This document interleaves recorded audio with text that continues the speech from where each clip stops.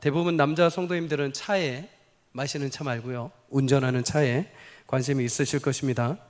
1997년에 당시 대우라는 회사에서 생산된 중형 자동차 레간자라는 차가 있습니다. 레간자, 그 이름이 이탈리아어로 엘레간테, 우아한, 그리고 포르자, 힘, 이게 합쳐져서 레간자. 소리 없이 조용하고 우아한 힘을 지닌 자동차. 그래서 광고를 보면은 이 차가 소리 없이 이렇게 우 하고 갑니다. 소리 없이 가고 그 위에서 개구리 한 마리가 지붕 위에서 발레를 합니다. 하는데 차 소리는 안 나고 개구리 소리만 납니다. 그만큼 소리는 없지만 강하게 달릴 수 있는 차. 여러분, 그런데 사람 중에도 이런 사람들이 있습니다. 겉으로는 굉장히 조용한 듯 약한 듯 보이지만 반드시 그 안에 내면은 강한 힘을 가진 사람, 소리 없이 강한 사람. 베스트셀러 작가인 스티브 매그니스라는 작가가 쓴 강인함의 힘이라는 책에 보면 조용하지만 강한 사람의 특징이 몇 가지가 나옵니다. 첫째, 그들은 허세가 없습니다. 두 번째, 그들은 반응하지 않고 대응을 합니다. 이게 무슨 말이냐? 어떤 일이 생기면 쉽게 사람들은 급하게 감정적으로 반응을 합니다. 내 기분이 상하거나 내가 마음에 안 드는 것들을 감정적으로 대우를 한다는 것이죠. 그러나 여러분, 강인함, 조용하지만 강한 사람들은 그렇게 감정적으로 반응하는 것이 아니라 이성적으로 심사숙고하고 생각하고 객관적으로 대응을 한다는 것입니다. 세 번째, 위기를 기회로 본다. 네 번째, 내 상태를 잘 파악한다. 다섯 번째, 평정심을 유지한다. 여섯 번째, 사실 이 부분이 조용하지만 강한 사람의 가장 큰 특징이라고 할 수 있습니다. 여섯 번째, 목표가 명확하다. 인생의 목표가 명확하다. 그러다 보니 타인이 뭐라 하든, 주변에서 어떤 일이 왔든, 현실에 어떤 상황이 오든 내가 가야 할 길이 명확하기 때문에 그 길을 우직하게 간다는 것입니다. 사람들이 이 말에서 현실이 이런 상황이라서 막 흔들리고 이 길 갔다 저 길 갔다 하는 게 아니라 우직하게 자신의 길을 조용히 걸어가는 힘을 가진 사람. 여러분, 결국 이 조용하지만 강한 사람은 자신의 내면 안에 명확한 목적이 있는 사람이죠. 목표가 확신한 사람입니다. 그래서 자신감과 담대함이 있는 거죠. 사람들이 환경에 어떤 변화와 어떤 상황에 휘둘리지 않고 묵직하게 자신의 길을 가는 사람들. 성도에게 이러한 모습이 필요하지 않을까 생각이 듭니다. 우리 또한 성도의 길을 갈 때 여러 가지 우리 가운데 둘러싸여 있고 여러 상황과 환경과 말들이 우리를 찾아오게 됩니다. 그때마다 우리 안에 있는 분명한 목적, 우리 가운데 주신 하나님의 거룩한 복음에 믿음과 확신이 없으면 자꾸만 흔들리게 되는 것이죠. 그러나 성도님들, 우리 안에도 분명하게 확신과 믿음의 담대함의 은혜가 있기를 주의 이름으로 축복합니다. 그럴 때 세상에 치우치지 않고 자신에게 주어진 성도의 구별된 삶을 우직하게 갈 수 있는 것입니다. 이런 성도의 모습을 통해서 하나님은 기뻐하시고 하나님의 역사를 이루어 가십니다. 순하고 정직하지만 세상에 호락호락하지 않으며, 친절하지만 어리석지 않으며, 분명하지만 무례하지 않으며, 핑계대기보다도 하나님이 주신 삶에 책임을 다하는 소리 없지만 강한 믿음의 성도, 그런 성도의 삶을 우리 온 교회가 함께 살아갈 수 있기를 주의 이름으로 간절히 축복합니다. 여러분, 그런데 오늘 본문에 그렇게 불의와 현실과 어둠 가운데서도 소리 없이 강한 믿음의 삶을 살아간 사람들이 등장합니다. 그들이 바로 레갑 자손들입니다. 레갑 자손들. 오늘 말씀은 조금 역사적인 내용들을 해석해야 되기 때문에 조금 깊이 들어갈 수 있습니다. 그러니 미리 주무시지 말고 천천히 가볼 테니까 한번 따라와 보시기를 바랍니다. 오늘 1절 우리 함께 읽도록 하겠습니다. 시작. 유다의 요시야 왕의 아들 여호야김 때에 여호와께로부터 말씀이 예레미야에게 임하여 이르시되. 아멘. 여호야김, 원래 그의 이름은 엘리야김이라는 사람입니다. 그가 왕으로 세워진 이유가 있습니다. 원래는 남유다의 왕, 이 사람 전에 다른 왕이 있었는데 이때 애굽에서 올라와서, 애굽 왕 바로가 올라와서 이 왕을 끌어가게 됩니다. 그리고 자신의 입맛에 맞게 남유다의 왕을 남겨두게 되는데 그가 바로 엘리야김, 그의 이름을 바꾸어서 여호야김을 왕으로 세워두고 오게 됩니다. 자, 왕으로 세워놓고 오니까 무엇을 원하겠습니까? 세금을 원하겠죠. 은금을 원할 것입니다. 남유다의 여호야김은 자신을 왕으로 세운 애굽을 위해서 여러 가지 은금 폐물을 갖다 바칩니다. 나라의 은금이 모자라니까 이제 사람들에게, 백성들에게까지 은금을 모아다가 조공을 갖다 바치죠. 바벨론이 쳐들어오기 전까지 이렇게 진행을 합니다. 그런데 이 여호야김, 단순히 그냥 애굽에다 조공만 바치는 일뿐만 아니라 하나님 앞에도 하지 말아야 될 범죄를 저지릅니다. 그 당시에 선지자 우리야라는 사람을 통해서 하나님께서 회복의 메시지를 증거를 하시는데, 이때 여호야김이 이 우리야를 마음에 안 든다고 칼로 죽이게 됩니다. 하나님이 예레미야를 통해서 말씀을 두루마리에 담아서 보내주십니다. 그런데 이 여호야김이 어떻게 하느냐, 그 말씀 한 구절이 울릴 때마다 그 말씀을 난도질합니다. 칼로 자르고 찢어가지고 그것을 불로 태워버립니다. 여러분, 이렇듯 당시 시대가 하나님 말씀에 주의하지 않고 기울이지 않고 혼합주의와 우상숭배가 만연했던 시대였습니다. 하나님은 이때 남유다 백성이 얼마만큼 패역해 있는지, 그 당시에 왕과 제사장과 수많은 백성들이 얼마나 부끄러운 모습을 하고 있는지를 알려주시기 위해 예레미야를 통해서 레갑 사람들을 등장시키십니다. 레갑 사람들을 하나님께서 성전으로 모이게 하신 다음에 예레미야를 통해서 하라고 명하신 말씀이 있습니다. 우리 2절 한번 읽도록 하겠습니다. 시작. 너는 레갑 사람들의 집에 가서 그들에게 말하고,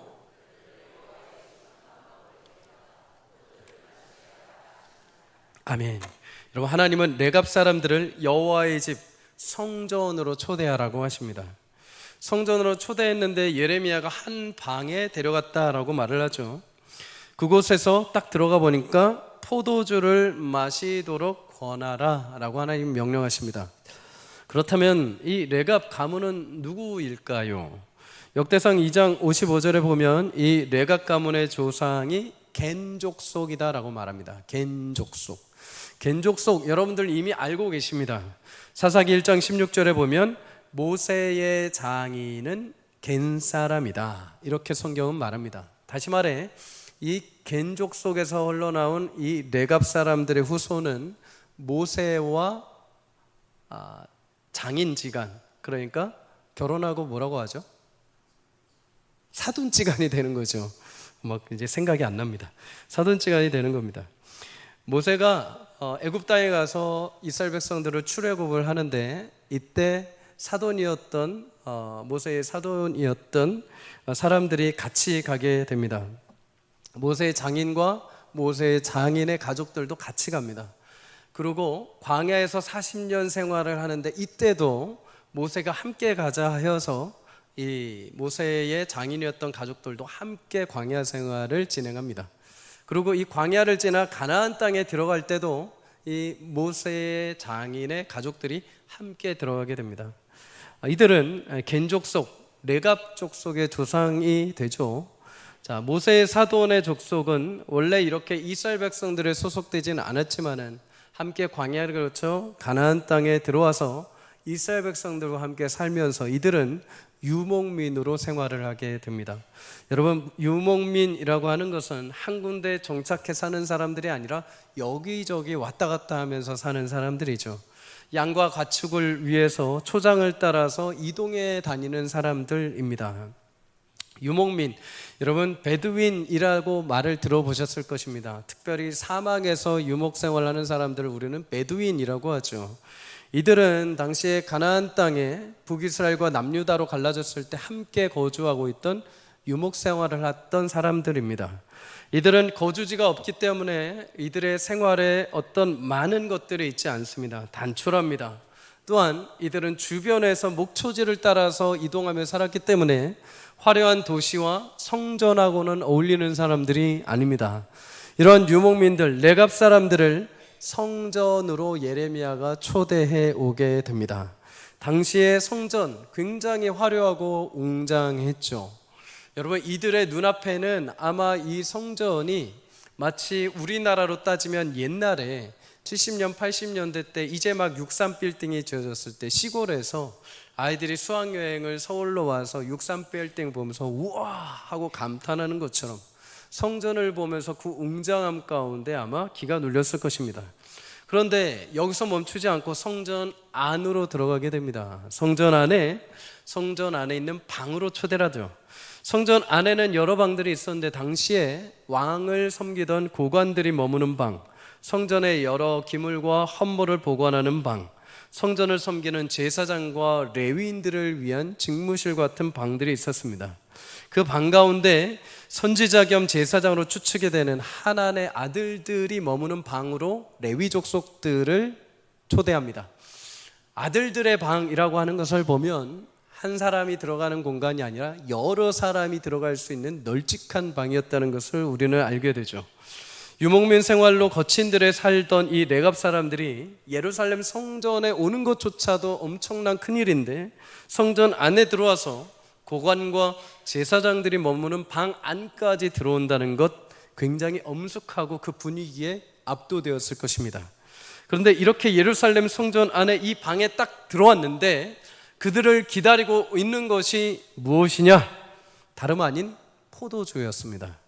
포도주가 가득 찬 단지와 술잔들이 그들 앞에 차려져 있었습니다.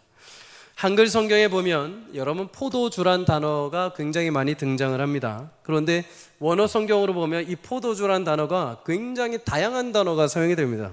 그 중에 대표적인 단어 두 단어를 뽑자면 첫 번째 단어는 발효된 포도주를 의미합니다. 발효된 포도주, 알코올이 있는 포도주, 히브리어로 야인이라고 말합니다. 또 하나는 발효되지 않은 포도주, 티로시라고 해서 이거는 포도즙에 가깝습니다. 포도즙. 팔레스타인은 물이 귀한 지역이었습니다. 그러다 보니 포도즙을 식사 시간에 자주 마셨습니다. 아이들도 어른도 빵과 함께 대용으로 자주 마셨죠. 이때 포도즙이 티로시라고 해서 알코올이 들어있지 않은 포도즙입니다. 민수기 18장에 보면 성전을 섬기는 제사장과 레위인들에게 하나님이 그들의 기업으로 먹을 것을 주십니다. 그들은 기업이 없기 때문에 이스라엘 백성들이 하나님 앞에 가지고 오는 재물, 하나님 앞에 드리는 그 재물, 하나님 앞에 드리는 헌물을 하나님이 그대로 레위 제사장들과 하나님을 섬기는 자들에게 주시죠. 그런데 주실 때 뭐라고 하시느냐? 이 포도주와 곡식을 너희가 가져가서 먹으라 하십니다. 여기서 말하는 이 포도주는 오늘 본문에 표시가 되어 여기서 말하는 이 포도주는 티로시라고 해서 발효되지 않은 포도주를 마시게 하셨죠. 그렇다면 여러분 오늘 본문에 등장하는 이 포도주, 레갑 자손들 앞에 펼쳐져 있는 이 포도주는 어떤 포도주인가? 이것은 앞서 말씀드린 것처럼 히브리어로 야인이라고 해서 알코올이 들어간 포도주입니다. 포도즙이 아니라 진짜 포도주를 앞에다 갖다 놓고 이거를 마시게 한 것이죠. 그렇다면 여러분 왜 굳이 하나님은 예레미야에게 알코올 성분이 들어가 있는 이 포도주를, 그것도 성전 안에 제사장들, 선지자들, 레위인들이 머물고 있는 그 방 안에 이 포도주를 가지고 들고 들어와서 레갑 자손들에게 마시도록 명령을 하셨을까요? 이사야 28장 7절에 보면 성경이 이렇게 말씀을 합니다. 그리하여 이들은 포도주로 말미암아 옆걸음치며 독주로 말미암아 비틀거리며 제사장과 선지자도 독주로 말미암아 옆걸음치며 포도주에 빠지며 포도 독주로 말미암아 비틀거리며 환상을 잘못 풀며 재판할 때에 실수하나니. 여러분 이사야 선지자는 북이스라엘과 남유다가 폐역 가운데 있을 때 하나님께서 보내셔서 사용하신 선지자입니다. 이사야 선지자가 이사야 28장부터 남유다 제사장들과 선지자들 향해서 하나님의 거침없는 징계를 말씀하십니다. 이들을 향해서 뭐라고 하시느냐? 너희가 술 취함과 독주 취함으로 이 모든 일들을 감당하고 있다. 다시 말해서 제사장 사명, 레위 사명을 성전 안에서조차도 알코올이 들어간 독주와 포도주를 마시면서 그 일을 행하고 있었던 것입니다. 또한 육체적인 풀뿐만 아니라 영적으로도 취해서 무엇이 하나님 앞에 선한 것인지, 무엇이 죄인지, 무엇이 지금 우리 백성들이 잘못되고 있는지를 분간할 수 없을 정도로 영적으로 취한 상태였다는 것입니다. 여러분, 당시 좌우 아래 성전에는 여러 방들이 있었다고 오늘 성경은 말합니다. 그 방들을 지나쳐오면서 예레미야가 포도주를 들고 왔을 겁니다. 그런데 어느 누구도 여러분 방 안에 포도주를 그렇게 가지고 잔뜩 들고 들어오는데, 어느 방에 있는 레위 제사장도, 어느 방에 앉아있는 고관도 단 한 번도, 단 한 명도 예레미야에게 왜 포도주를 들고 오나고 묻는 자가 없습니다. 무슨 말일까요? 당시에 이게 너무도 익숙해져 있었다는 것입니다. 당시에 모든 고관들과 모든 제사장들마저도 성전 안에서 포도주를 마시며 하나님의 일을 행하는 것이 너무도 그냥 단순하게 익숙해져 있는 현실이 되어버렸다는 것입니다. 여러분, 그렇게 술에 취해 비틀거리는 성전과 백성들, 제사장들 앞에 하나님은 이제 레갑 자손들을 그 방에 불러들이고 그 앞에 술상을 차려놓고 마시라고 명령하십니다. 과연 여러분, 레갑 자손들은 이 명령 앞에 어떻게 행동을 했을까요? 오늘 6절과 7절 우리 다 함께 읽도록 하겠습니다. 시작. 그들이 이르되 우리는 포도주를 마시지 아니하겠노라. 레갑의 아들 우리 선조 요나답이 우리에게 명령하여 이르기를 너희와 너희 자손은 영원히 포도주를 마시지 말며 너희가 집도 짓지 말며 파종도 하지 말며 포도원을 소유하지 말고 너희는 평생 동안 장막에 살아라.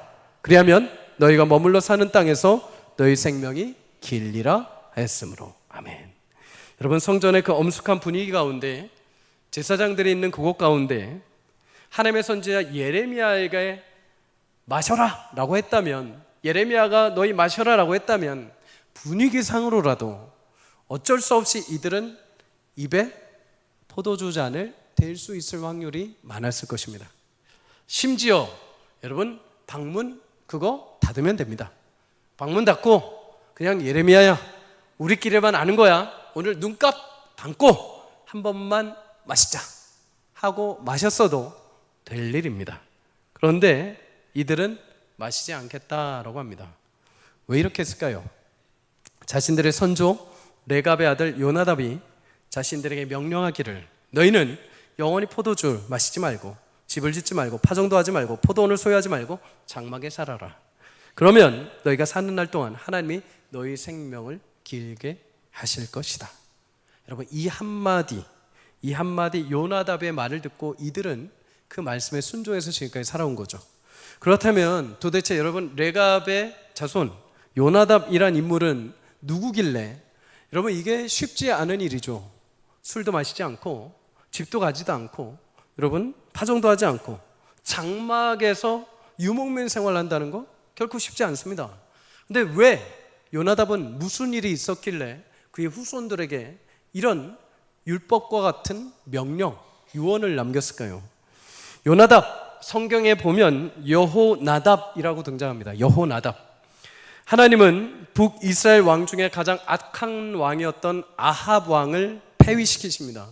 이때 누구를 통해 폐위시키시냐? 예후라는 새로운 왕을 세우셔서 폐위하십니다. 예후 이후에 4대 왕조가 이어지게 되는데, 이 예후가 이 아합 왕을 폐위하고 바알의 우상 신당을 모두 제거할 때 옆에서 함께 동역했던 사람이 바로 이 요나답입니다. 레갑의 아들 요나답. 이 일을 위해서 예후는 레갑의 아들 요나답을 초청해서 내가 이 일을 할 건데 나와 함께 하겠느냐? 이때 요나답이 흔쾌히 동의하고 이 일에 전선에 뛰어들게 됩니다. 그것만 보더라도 이 레갑의 선조 요나답은 하나님을 철저하게 경외하고 어떻게 해서든 바른 신앙을 유지하고자 했던 사람인 것을 우리는 추측할 수 있죠. 그런데 여러분, 예후를 도와서 새로운 왕조를 이렇게 세웠다고 한다면 그 뒤의 삶을 어떻게 되어야 될까요? 이제 예후가 새롭게 왕에 등극했습니다. 왕에 등극하기 위해서 내가 열심히 옆에서 도왔습니다. 그러면 예후, 상식적으로 이제 요나답에게 무엇인가 높은 자리를 주거나, 요나답 또한 내가 이만큼 했으니까 나의 고관 자리, 아니면 나에게 은근 패물, 나에게 부하 출세, 그 이후에 그의 이름이 그렇게 쭉 나와야 됩니다. 그런데 성경은 그 다음에 요나답의 이름이 더 이상 등장하지가 않습니다. 어떤 출세를 했다, 무엇인가 가졌다, 어떤 왕위에 올라 그 후에 올라서 예후와 함께 나라를 통치했다 이런 말이 단 한 번도 등장하지가 않습니다. 오히려 요나답은 자신의 후손들에게 명령한 것과 같이 자신이 집을 짓도 않고 파종도 하지 않고 장막에 사는 삶을 그때부터 시작합니다. 그러면 여러분, 이 위대한 일을 해놓고 왜 요나답은 갑자기 그 모든 것을 내버리고 장막에 사는 삶을 살고 자신의 후손들에게까지 이것을 명령을 했을까요? 여러분, 당시에 아까 말한 그 예후가 왕위에 올 때 바알의 산당을 제거하고 그 앞서 있던 왕을 폐위시킵니다. 그런데 그렇게 바알 산당을 제거했지만 열왕기하 10장 29절 31절에 보면 그가 베델과 단에 있는 금송아지 우상은 그대로 놔두었다 말합니다. 다 제거하지 않은 겁니다. 하나님 모시기에 합당한 진리의 뜻을 그대로 행한 것이 아니라 얼추 정치적으로 그럴듯한 모습만 행한 것이죠. 결국에는 자신의 목적과 자신의 야심을 위해서 하나님의 말씀을 저버리고 자신이 눈에 보기에 그럴듯한 것들만 행한 것입니다. 여러분, 이 모습을 옆에서 지켜본 레갑의 아들 요나답 무슨 마음이 들었을까요? 인생의 부귀, 영화, 왕위에 오르는 것마저도 하나님에 대한 소망을 잃어버리게 만들 수가 있구나. 포도주와 독주에 취해서 비틀거리는 사람들, 제사장, 선지자, 왕을 보면서 소유와 명예로 인하여 하나님과 멀어지는 자들을 보면서 여전히 농사의 풍요와 결실을 위해서 우상을 남겨놓고 여전히 우상 숭배의 제단 앞에 머리를 쪼아리는 왕과 백성들을 보면서 그는 스스로 하나님만 바라볼 수 있는 영적인 광야로 들어가게 됩니다. 더위와 추위가 있지만 마실 물과 먹을 것이 없을지라도 들짐승이 강도 위험이 있을지라도 조금 삶에 불편함이 있을지라도 그럼에도 광야에서 불기둥과 구름기둥으로 인도하시는 하나님, 만나와 매출하기로 반석의 물로 마시게 하시는 권능의 하나님이 함께 하시는 장막의 삶을 그는 선택한 것입니다. 여러분, 우리는 여기서 한 가지 교훈을 얻게 됩니다. 사랑하는 성도님들, 성도로서 세상 속에서 스스로를 구별할 수 있는 지혜가 있기를 주의 이름으로 축복합니다. 여러분, 여기서 구별이라는 단어를 쓴 이유는 우리는 세상과 분리되는 자들은 아닙니다. 세상이 더럽고 세상이 추악하니까 산속에 들어가서 우리만 잘 먹고 우리만 뜨겁게 삽시다가 아닙니다. 세상에 여전히 살아가죠. 요나답도 마찬가지입니다. 영적인 광야로 들어간 것입니다. 실제 광야가 아니라 그 주변의 삶에 살면서 장막을 짓지 않고 포도원을 세우지 않고 그는 그 주변에 살면서도 하나님이 함께 하시는 장막 생활을 선택한 것입니다.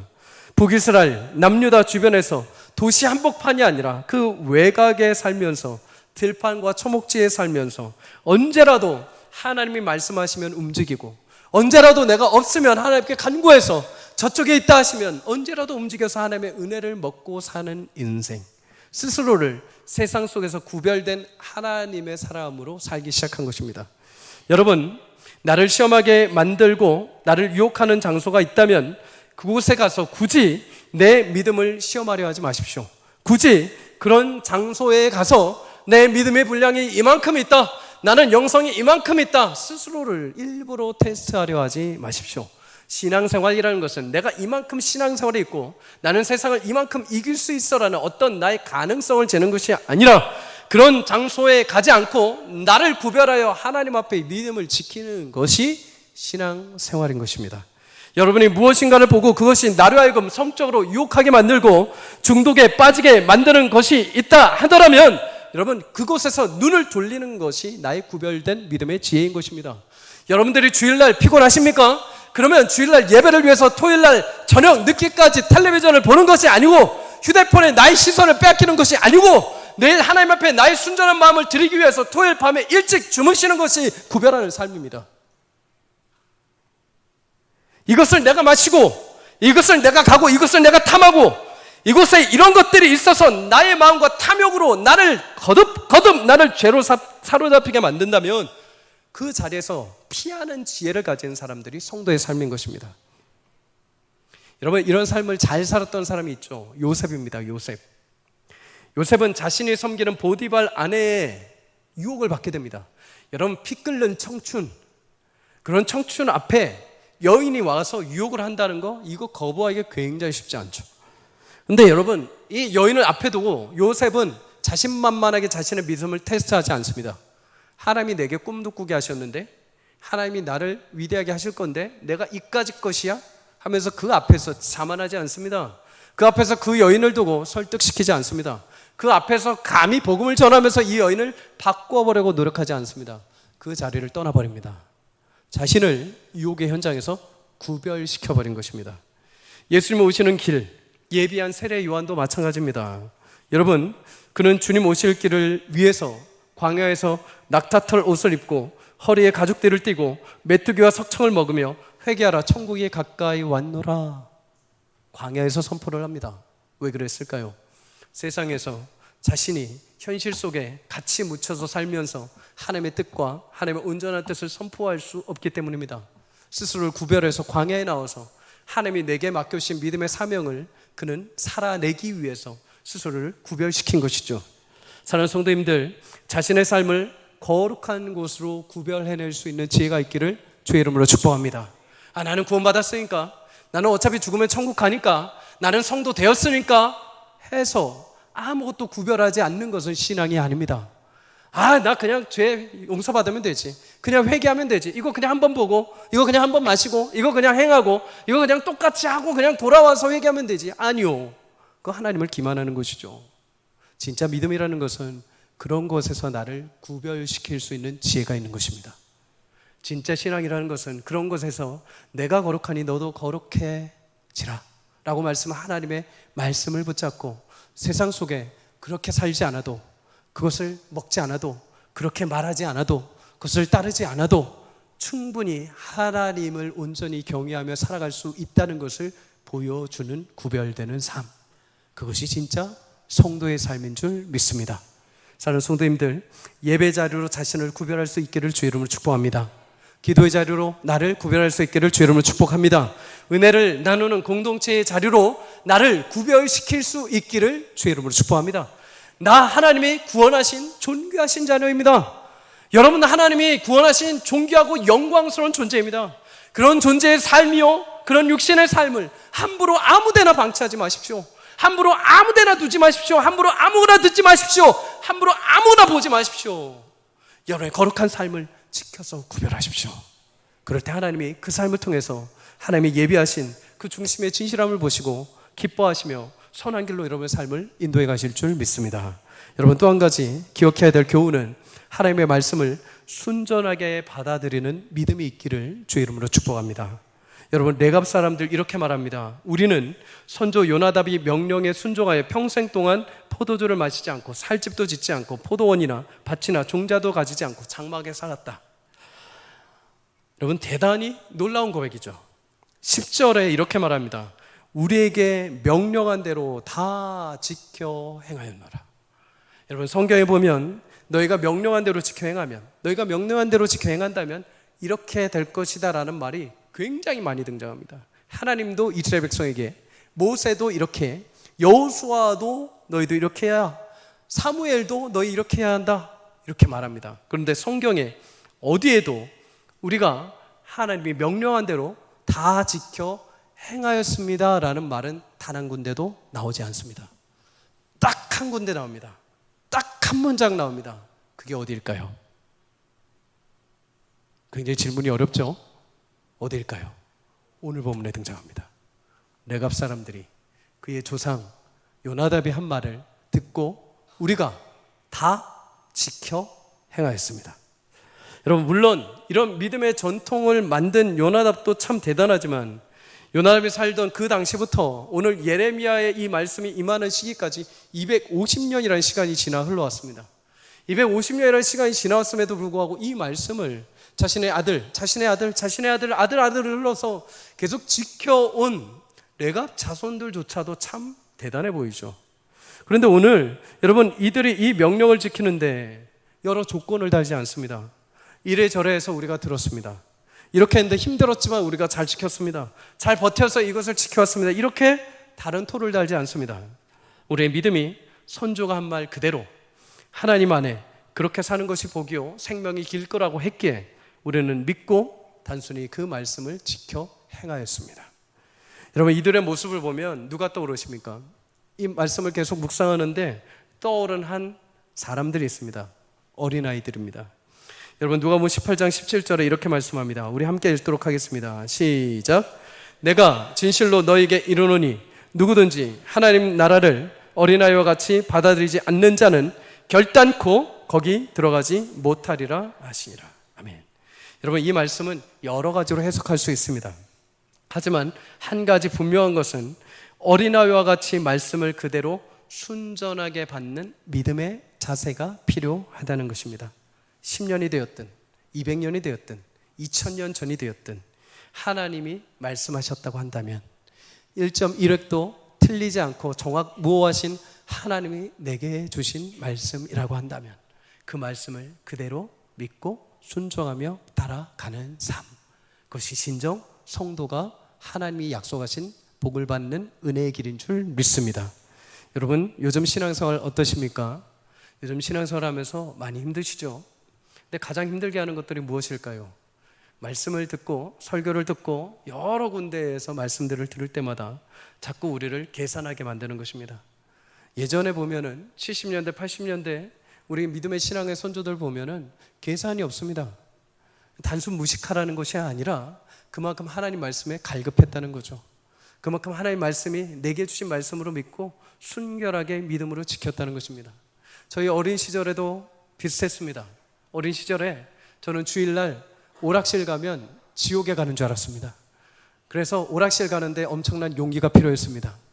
주일날 갔습니다. 50원짜리 열심히 누르고 막 했습니다. 근데 지옥에 안 갔습니다. 여러분, 주일날 뭐 사 먹으면 번개 떨어지는 줄 알았습니다. 근데 뭐 사 먹었는데 잘 먹었습니다. 배불렀습니다. 여러분, 그런데 지금 생각해 보면 왜 굳이 그렇게까지 했을까라는 생각이 있는 반면 한편으로는 그것이 나의 신앙을 한편으로는 보호해 주었구나. 한편으로는 주일마다 그것을 생각하면서 하나님에 대한 생각을, 그것을 바라보면서 하나님이 어떤 분이신지를 계속 곱씹게 해주었던 것입니다. 여러분, 생각해 보십시오. 70년 80년대 그 당시에 지금처럼 여러분 주일날 마음껏 딴 데 가시고 여행 가시면서 편한 장소에서 예배하십시오. 그렇게 했다면 지금의 한국교회는 존재하지 않을 것입니다. 여러분, 힘드시죠? 어려우시죠? 기도 그거 대충 하셔도 됩니다. 그냥 여러분 필요할 때마다 기도하시고 편한 시간대 나오셔서 기도하십시오 라고 했다면 여러분 10년 전, 20년 전 이 한국 땅에 성령의 부흥의 역사는 결코 일어나지 않았을 것입니다. 한국교회가 지금까지 버티고 지금까지 살아남고 하나님께서 긍휼을 베푸시는 이유는 하나님의 말씀을 그렇게 해서라도 순전하게 받았던 믿음의 선조들, 믿음의 세대들이 있었기에 그 믿음의 세대들의 귀한 영생의 꼴을 우리가 지금 맛보고 있는 줄 믿습니다. 사랑하는 성도님들, 우리도 마찬가지입니다. 무엇인가를 율법적으로 지키라는 것이 아닙니다. 하나님이 내게 거룩한 심령으로 찾아오셔서 그것을 말씀하셨다면 내 스스로가 그 말씀을 구별하여 지킬 수 있는 힘과 담대함이 있기를 주의 이름으로 축복합니다. 어느 누군가는 신앙 뭐 있나? 그냥 편하게 이렇게 생각하는 사람이 있는가 반면 어떤 사람은 대화를 해보면 내가 반드시 내 평생에 하나님 앞에 내 삶의 시간의 10분의 1을 드릴 것입니다. 이 말씀 이거 누가 시키지도 않았는데 자기 스스로 하나님 앞에 이것을 기준 삼아서 자신의 인생의 10분의 1을 드리는 사람이 있습니다. 내가 하나님 앞에 어떻게 해서든 주일은 내가 반드시 성수하겠습니다. 누가 시키지 않았습니다. 그런데 이거는 하나님 앞에 나의 신앙이고 나의 믿음의 고백이 그렇게 지켜가는 것이죠. 사랑하는 성도님들, 그런데 이런 기준이 아예 없는 사람들이 있습니다. 그러면 이래도 저래도 그냥 신앙생활인가 보다, 그냥 구원받았으니까 그냥 아무것도 없이 그냥 물 흐르듯 흘러가다 보면은 내 신앙이 떠내려가게 되어 있습니다. 사랑하는 성도님들, 한 가지 정도는, 여러분 개인적으로 한 가지 정도는 하나님 앞에 나의 믿음의 기준을 세워주시기를 주의 이름으로 축복합니다. 내가 이것만큼은 다른 사람은 몰라도 누가 시키지 않았지만은 내가 이것만큼은 하나님 앞에 내 신앙의 고백으로 하나님 앞에 내가 약속하고 하나님 평생에 이것을 내가 지켜가겠습니다. 그리고 이것이 나의 신앙의 믿음의 표현입니다. 하나님, 이것이 내 자녀들에게까지 흘러가도록 우리 가정의 가문이 되도록 내가 만들고 지켜가겠습니다. 이런 믿음의 약속과 담대함이 있기를 주의 이름으로 축복합니다. 여러분, 이렇게 하나님은 오늘 레갑 자손이 포도주를 마시지 않는 장면을 예레미야서에 굳이 넣으셨습니다. 왜 이 말씀을 넣으셨을까요? 이번 50년 전에, 그것도 자기 선조가 말한 그 말을 듣고 목숨을 지키며 지금까지 지켜온 자들. 여러분, 사실 오늘 본문은 순서상 역사상으로 맞지가 않습니다. 이 앞서 있는 본문은 시드기야 왕의 이야기가 담겨 있습니다. 시드기야는 남유다의 마지막 왕입니다. 시드기야는 남유다 왕의 마지막 왕, 여호야김은 그 앞에 왕입니다. 지금 시간이 거꾸로 역전이 되어 있는 거죠. 하나님이 10년 전의 이야기를 갑자기 여기다가 집어넣으십니다. 왜 넣으셨을까요? 여러분, 250년 전에, 그것도 이름 없는 민족, 레갑 족속의 조상, 그 한 명 조상이, 얘들아, 내가 신앙생활 해보니까 하나님 앞에 이렇게 사는 게 옳다, 이렇게 사는 게 훨씬 더 너에게 유익하고 하나님 앞에 가까이 다가가는 지름길이다, 이것을 꼭 너희는 지켜 행하기를 바란다.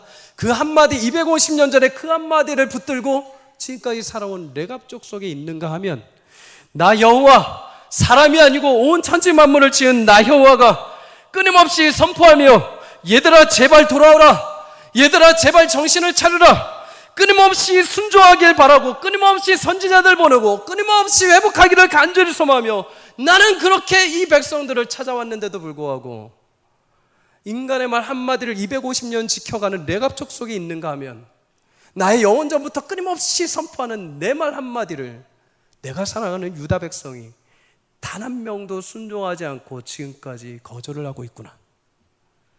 저 인간 한마디에 그냥 믿음을 가지고 끝까지 250년 동안 지켜오는 저 이름 없는 민족이 있는가 하면, 내가 사랑해서 내가 선택한 민족인데도 불구하고, 내가 구원한 민족인데도 불구하고, 내 안에 살아가며 영원한 축복을 줄 것이라고 약속했음에도 불구하고 끊임없이 선지자를 보내서 돌아오기를 바라고 외치고 계속해서 머리를 쪼아리고 있는데도 불구하고 내 백성은 내 말 한마디를 듣지를 않는구나. 예레미야야, 내가 이제 이 남유다를 향해서 심판의 징계를 가하는 것이 옳지 않겠느냐.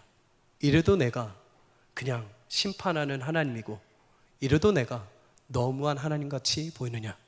내가 이렇게 선택할 수밖에 없는 것 이제는 이해하겠느냐. 사랑하는 성도님들, 부디 교회가 힘을 잃고 어두운 시대에 빛을 잃어가는 시기 속에 있을지라도 레갑 족속과 같이 하나님의 말씀에 귀를 기울이고 약속을 따라 신실하게 살아가는 주님의 구별된 백성이 이 시대 우리 교회요 성도가 될 수 있기를 주의 이름으로 축복합니다. 오늘 읽지 않았지만 마지막에 레갑 족속에게 하나님이 이런 약속을 주십니다. 19절에 레갑의 아들 요나답에게서 내 앞에 설 사람이 영원히 끊어지지 아니하리라. 여러분, 바벨론이 이제 침공해 와서 남유다가 완전히 무너지게 됩니다. 예루살렘을 불태워버립니다. 그도 그럴 것이 하나님의 이름으로 세워진 성전인데 그 안에 온갖 더러운 것들이 가득하죠. 하나님이 불로 심판을 해버리십니다. 그런데 이때 남유다 백성들을 다 끌어가는데 남유다 백성 가운데 그 땅에 남겨진 사람들이 있습니다. 신분이 낮은 사람들, 그리고 집이 없는 나그네들이 그 땅에 남겨집니다. 여러분, 레갑 자손들은 그의 선조 요나답의 말처럼 바벨론의 패망 가운데서도 하나님이 그 땅에 그루터기와 같이 남겨지게 하십니다. 그리고 70년 후에 바벨론 포로 생활에서 돌아온 유다 백성들이 느헤미야와 함께 다시 성전을 재건하게 되죠. 그때 성전 재건을 할 때 한 부류가 함께 이 성전을 재건을 합니다. 마지막으로 느헤미야 3장 14절을 우리 함께 읽도록 하겠습니다. 시작. 분문은 베닥게렘 지방을 다스리는 레갑의 아들 말기야가 중수하여 문을 세우며 문짝을 달고 자물쇠와 빗장을 갖추었고. 아멘. 여러분, 당시의 성전의 문은 8개였습니다. 그 중에 분문, 다시 말해서 제사를 드리고 모든 오물과 쓰레기를 버리는 그 문을 레갑의 아들 말기야가 중수했다라고 말하죠. 남겨진 그들은 그 땅의 성전을 재건하는데 또한 동역을 합니다.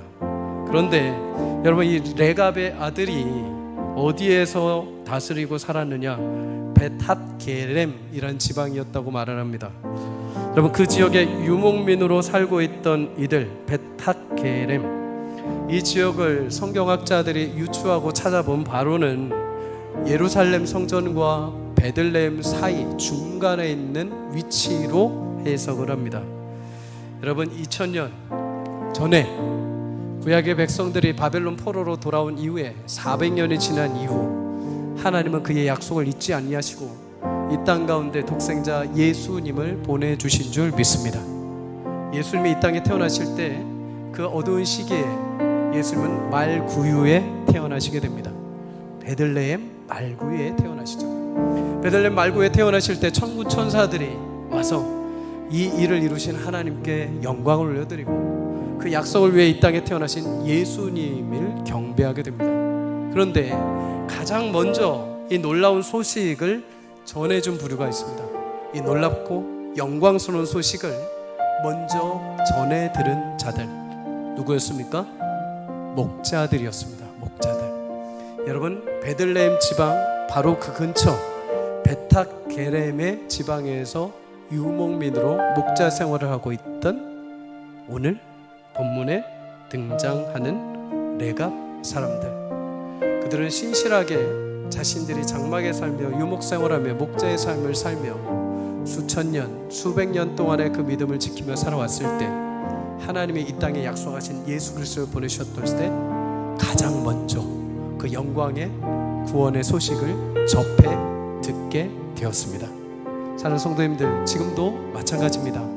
여러분, 이 땅을 산 날 동안에 레갑 자손들처럼 여러분 신실하게 믿음을 지켜 주님 오시는 그날 그 영광의 은혜의 소문이 여러분의 입술 가운데, 여러분의 귀 가운데 울려 퍼지기를 주의 이름으로 축복합니다. 신실하신 하나님, 오늘도 이 어둠의 세대 가운데 약속하신 믿음의 말씀을 붙들고 살아가는 주의 자녀들을 통해 하나님은 역사하실 것입니다. 오늘도 그 믿음의 귀한 레갑과 같은 믿음의 아름다운 영광과 그 구별된 삶이 여러분과 저의 삶이 될 수 있기를 주의 이름으로 축복합니다. 계속 말씀을 통해서 주셨던 하나님의 마음이 있습니다.